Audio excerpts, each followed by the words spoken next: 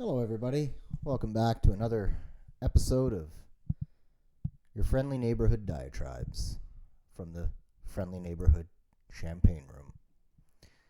Welcome back. This should be episode 3. Um, Tonight, I want to talk about something that I've ranted about a couple of times, not on the podcast because this is only episode 3, but in my personal life, I've ranted about it a couple of times. And that is certain features on certain cars.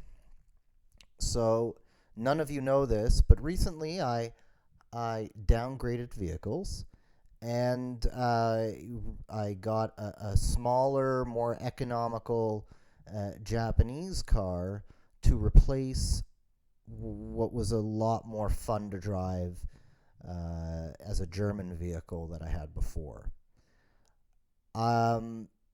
Here's the thing. When you start driving, I'm of a certain age where, I kind of put my seatbelt on between starting my journey and the first stop sign. And the car, these modern cars will ding at you if you don't put on your seatbelt. What's hilarious is that they'll ding for the front passengers, never for the back. Maybe vans or SUVs do. Certainly the cars that I've driven, sedans and hatchbacks, don't do that. And the German variety of vehicle that I drove, it would ding at you 5 or 6 times once you had started moving and then just stop. Stop dinging, which was great. Because there was this natural, very German assumption that we have notified you that you should put on the seatbelt. You has decided not to put on the seatbelt. And I respect that. I respect the fact that they have warned me that I'm being an idiot. I've accepted being an idiot. And we're going to continue on our way as idiots. Just this general understanding by the Germans of, we have put in the warning, but you did not listen. The Japanese variety of vehicle, however, it will start to ding, and it will not stop dinging. It will continue to ding, and the dings will actually get louder after about 12 dings. And then they'll just stay loud until you've rectified the issue of the seatbelt. I don't know. It doesn't feel particularly Japanese to me to do that. Like, I was expecting a much more Shinto approach of, you've accepted the way of the warrior. Bonsai. You're going to die if you hit something. But they seem to have really taken it up the pooper about being safe and safety messages. And they won't stop dinging at you, and it's infuriating. The second thing I'll notice between the two cars I drove is I went from a larger engine to a much smaller engine. And what's funny is that the smaller engine is a naturally aspirated one. The larger engine had some turbos on it. But I'm not seeing any savings in fuel economy. 0. I've lost a liter of displacement, 2 turbochargers, and 2 cylinders. And I seem to be filling up at the same frequency, if not a bit more. And I actually thought, is this just my bizarre perception? Am I just pushing my loathing of having downgraded vehicles onto and unfairly judging this smaller car? You have to understand something, people of the world, of 10 people that will watch this. I would gladly live in a modest house and drive a stupid car. That's just a personal choice. That's just the way I am.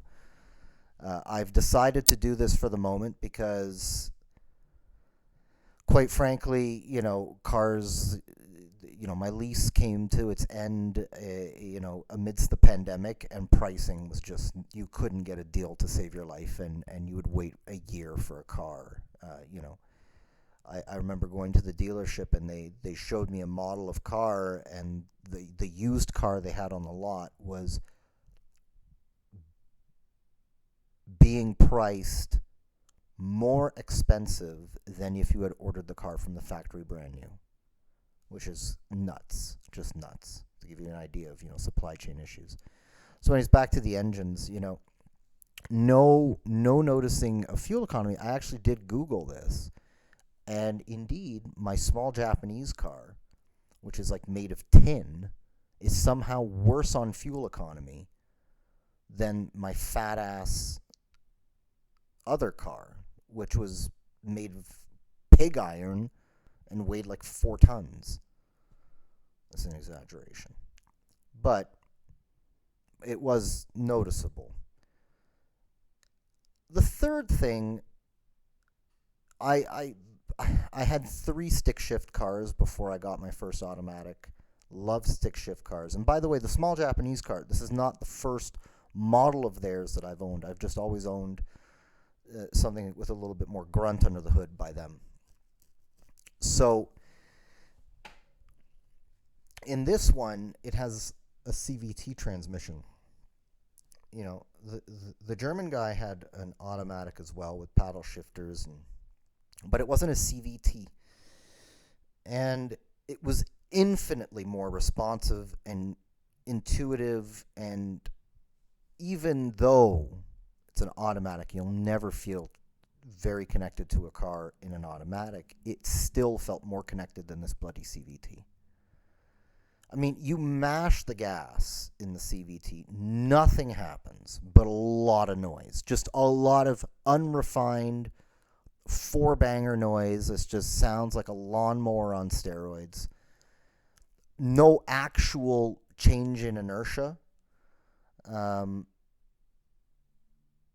Maybe 6 seconds later, there might be a light increase in speed.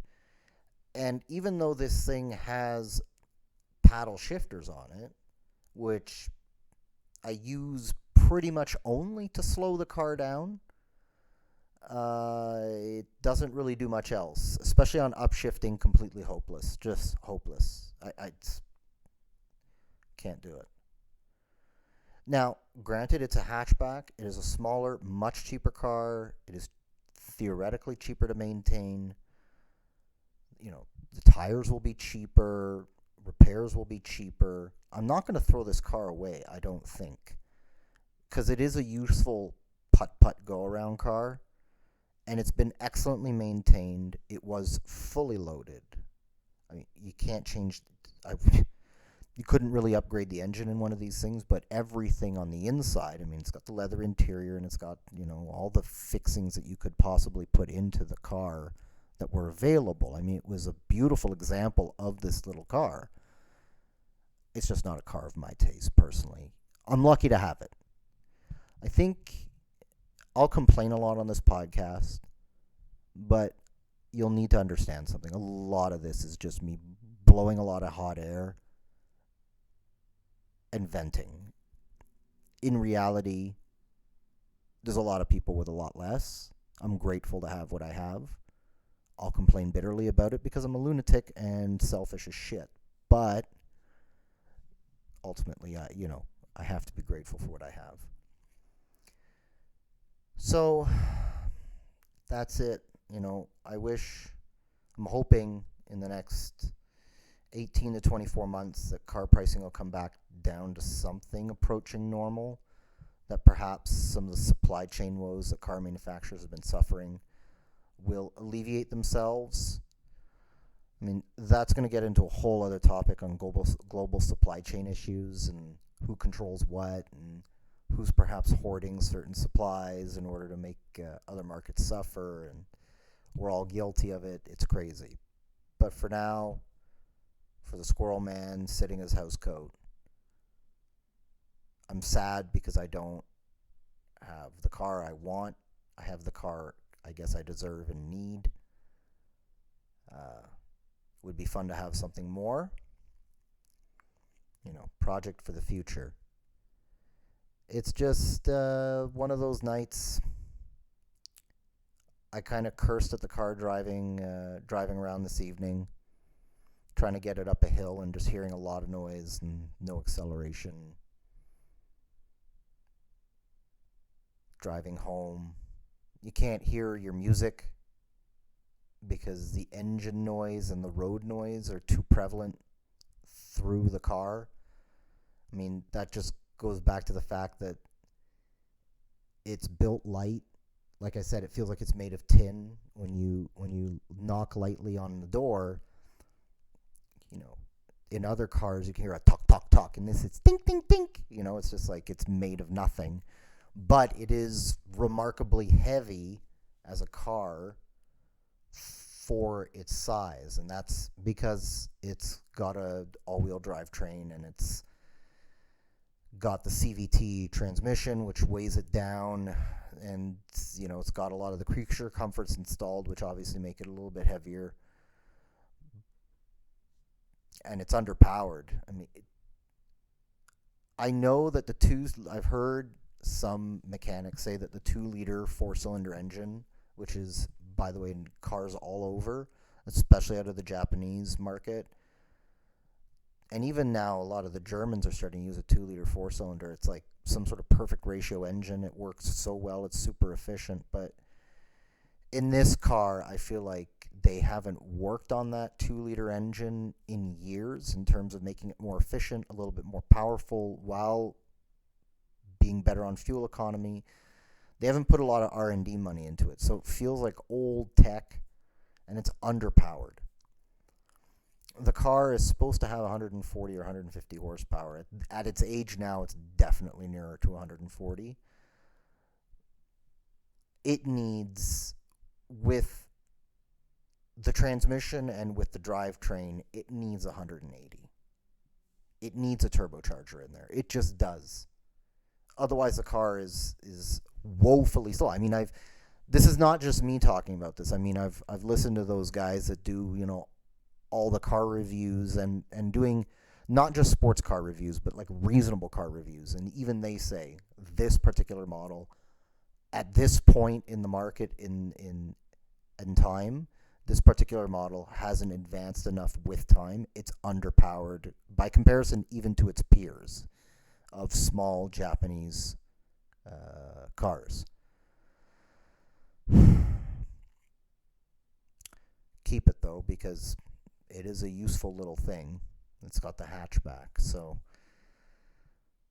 keep it for now. Go for something stupid in 18 months, something I can't afford that'll make me cry when I purchase it with buyer's remorse, and then I'll fall in love with it, and then I won't save any money, and I'll forego my future, but I'll be happy for 5 minutes, you know, driving it to and from the small amount of mileage that I do. So that's where I am, folks. Hope you've had a wonderful day, and we'll catch you on the next episode.